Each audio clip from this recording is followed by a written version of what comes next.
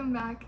Today I'm going to be going through all of the books I read during the winter, giving you my thoughts on them.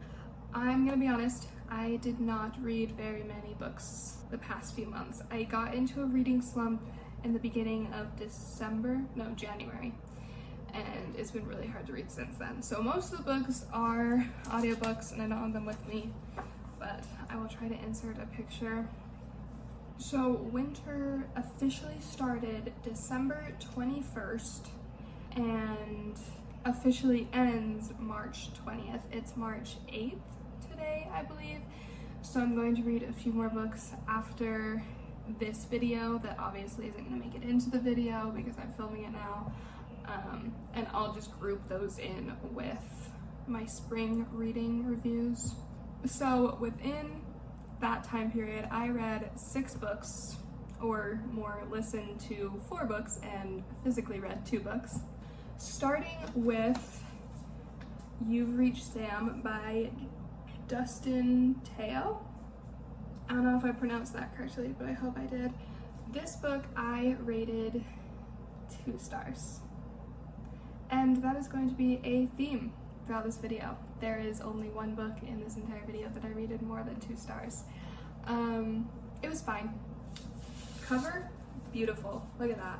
That is so cute and so springy. And I kind of wish I would have waited for spring to read this book. This book my husband actually read first.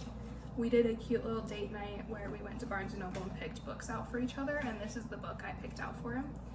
And he told me he did not enjoy it. So I'm like, I thought it was such a cool concept.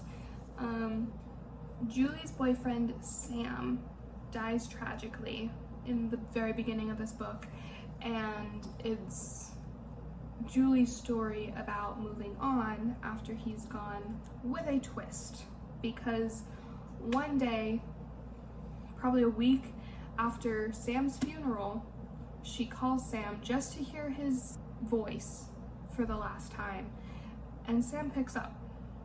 He answers the phone. He has moved on. He's in an in-between space between life and death. There's no way to get him back, but he can't move on until Julie does. So that's sort of the premise of the book. It was fine. Did it have me tearing up at moments? Yes. Is that because of personal things that were happening in my life and not very much because of the book? Yes. It was just fine. I expected better. The way she moved on and the pace that she moved on was weird to me, and I honestly don't even know. It just was not one of my favorite books, but I just kind of expected more. Maybe that was the problem. I went into it with a high expectation, even though Romeo told me that it wasn't very good. I don't know. Anyway, while I was reading this book, I was listening to David Sheff's Beautiful Boy. That book I also rated 2 stars.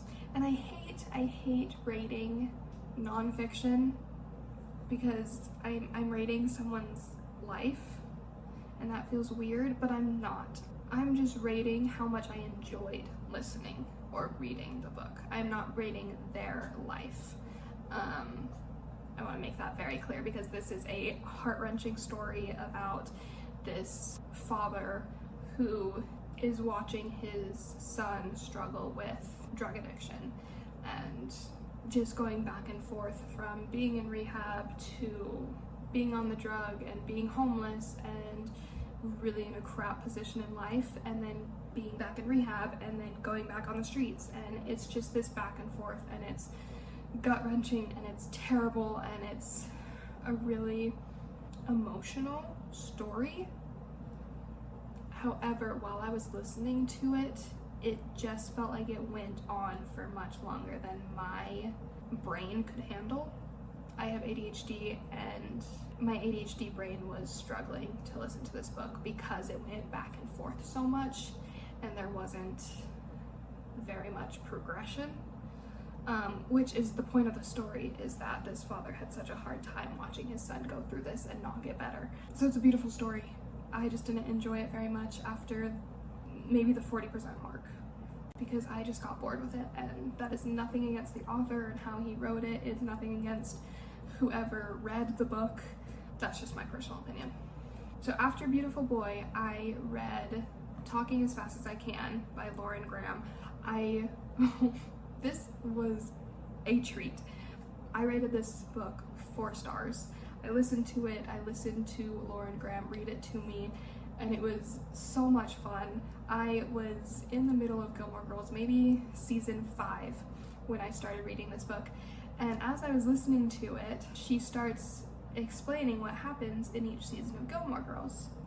And so I paused it after learning a spoiler about the end of season 5, and I had to pause the book for a week and a half while I binged the rest of Gilmore Girls so that I could get through that part of the book without any spoilers. So that was really, honestly, really fun. During the time I was reading this book, I was going through a really tough time. So it was really nice to have such a lighthearted, fun experience with a book like Lauren Graham makes it. It's about her life, her triumphs, and her struggles, but she just has such a attitude and a personality that makes it just really fun to listen to. So I really enjoyed that book. While I was listening to Talking as Fast as I Can, I was trying to get through The 7 Habits of Highly Effective People by Stephen R. Covey. This book is also a 2-star. I started this book January 1st. I was like, it's perfect time. I'm gonna get my life together. I'm going to apply every single one of these habits, and I'm going to start my year off strong. That was a terrible idea. This is the book that sent me into a reading slump. It really is. It took me a month and a half to read this book, and I think I really only enjoyed maybe the last 60 pages of a 330-page book. It just wasn't for me. There are some self-help books that make me feel motivated to do better, and there are some self-help books that make me feel bad about myself. This was one that made me feel bad about myself until it got to the last couple habits that it talks about, and I really enjoyed those. There's some really amazing quotes that are in here that put life into perspective. You know, let me find one of my favorites. Okay, I found it. I really liked this quote. I feel like after I read this quote, the rest of the book was like really good and speaking to me. But it says, you can't talk your way out of a problem you behaved yourself into. That hit. That hit. Because you have this situation that he gives here where this man is frustrated. He's like, I go to these seminars and I'm not even excited to go to the seminars anymore because every time I'm here, my wife is texting me constantly and calling me, asking me to tell her about every single part of my day and every single person I talk to, and she doesn't trust me, and it's so frustrating because I've never done anything to like make her not trust me. I've never cheated on her before, all these things. But the catch was that he met his current wife at one of the seminars when he was either dating or married to another woman. And that's when Stephen pulled this quote out. And I was like, whoa. Like, how many times am I frustrated at someone's reaction to something that I don't feel is valid when it has been valid in the past? I don't know. I liked that. So the last 60 pages of this book, I would highly recommend. The rest, I'm not so sure. I am currently trying to get through a book I do not enjoy. So while I'm doing that, I was listening to some audiobooks and I finished 2. The first is The Like Switch by Jack Schaefer.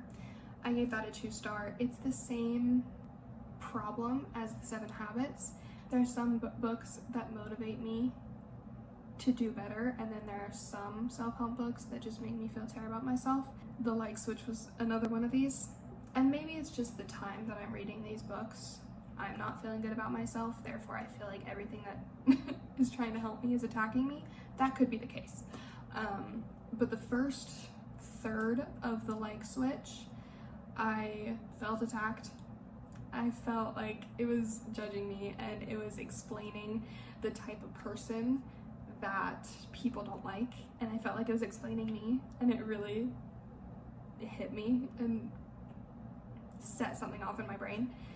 And then after I got I got over that, the second third of the book was kind of written, I don't know if this was his intent, but it was written in the way of like, here's how you can manipulate people into doing things for your benefit. And like that was the whole like middle portion of the book, and it was just very weird and very uncomfortable to listen to. And then the last third of the book, Jack Schaefer is a retired FBI agent, and so the last third of the book was kind of a bunch of examples of using the things he taught in the book and how he used them in his career to like manipulate people into getting the outcome that he wanted, either catching the bad guy or making people talk when they didn't want to talk. And I don't know, it was just weird. It was a 2-star because I found it somewhat interesting how he used his tactics as an FBI agent to even get things throughout life. Like, he gave a couple examples of times that he used these strategies to get better plane seats when he was traveling, and it's just so weird. It was like bizarre, and so I gave it a 2-star just for interest's sake, but I did not actually enjoy the book very much. And the last book I read, this one was recommended to me by a friend who was listening to it. It is Expecting Better by Emily Oster.